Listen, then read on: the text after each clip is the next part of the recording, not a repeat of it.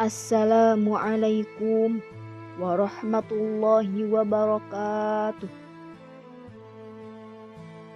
Dalam kitab Minhajul Abidin, Imam Al-Ghazali menceritakan dan mengatakan, ilmu dan ibadah itulah yang diturunkan Al-Quran.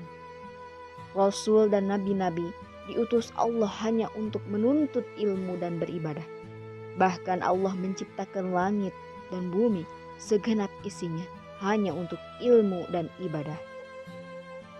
Dalam Quran surat At-Tolak ayat 12, Allah berfirman, A'udzu billahi minasyaitonir rajim. Bismillahirrahmanirrahim. Allahul ladzi khalaqas sab'a samawati wa minal ardi mithlahunna yatanazzalul amra bainahunna lita'lamu annallaha ala kulli syai'in qadir wa annallaha qad ahatta bikulli syai'in ilma. Yang artinya, Allah lah yang menciptakan 7 langit dan seperti itu pula bumi. Perintah Allah berlaku padanya agar kamu mengetahui bahwasanya Allah lah yang maha kuasa atas segala sesuatu, dan sungguh ilmu Allah benar-benar meliputi segala sesuatu. Sudah jelas bahwa ilmu itu ibarat permata dan lebih utama dari ibadah. Namun demikian, tidak boleh meninggalkan ibadah. Kita harus beribadat dengan disertai ilmu. Kita contohkan dalam sebuah pohon, ilmu ibarat pohon dan ibarat buahnya.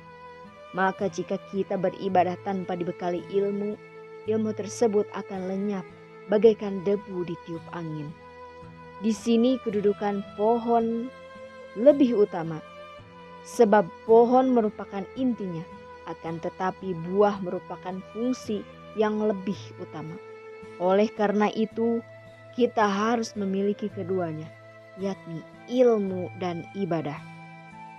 Sehubungan dengan itu, berkatalah Imam Hasan Al-Basri, tuntutlah ilmu tanpa melalaikan ibadah, dan beribadatlah dengan tidak lupa menuntut ilmu. Semakin jelas kini bahwasanya manusia memiliki ilmu dan ibadat, dan ilmu adalah lebih utama, sebab ilmu merupakan inti dan petunjuk dalam menjalankan ibadah. Dalam sabda Rasulullah SAW, al-ilmu imamul amali wal amalu tabi'uhu, yang artinya ilmu adalah imamnya amal dan amal adalah makmumnya ilmu. Alasan bahwa ilmu adalah inti atau pokok yang harus didahulukan daripada ibadah terdiri 2 macam alasan. Yang pertama, agar berhasil dan benar dalam beribadah, harus diketahui terlebih dahulu siapa yang harus disembah, baru kemudian kita menyembahnya. Apa jadinya jika kita menyembah sedangkan yang kita sembah itu belum kita ketahui asma dan sifat-sifat dan zatnya, serta sifat wajib dan mustahilnya? Sebab kadang-kadang seseorang mengitikadkan sesuatu yang tidak layak baginya, maka ibadah yang demikian itu akan sia-sia. Dikisahkan ada 2 orang yang seorang itu adalah berilmu namun tidak pernah beribadah, dan seseorang lagi berilmu tetapi ia menjalankan ibadahnya. Keduanya diuji oleh seseorang. Beberapa kadar kejahatan kedua orang tersebut.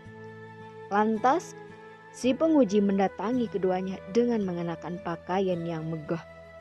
Ia berkata kepada orang yang rajin beribadah, "Wahai hambaku, aku telah mengampuni seluruh dosamu.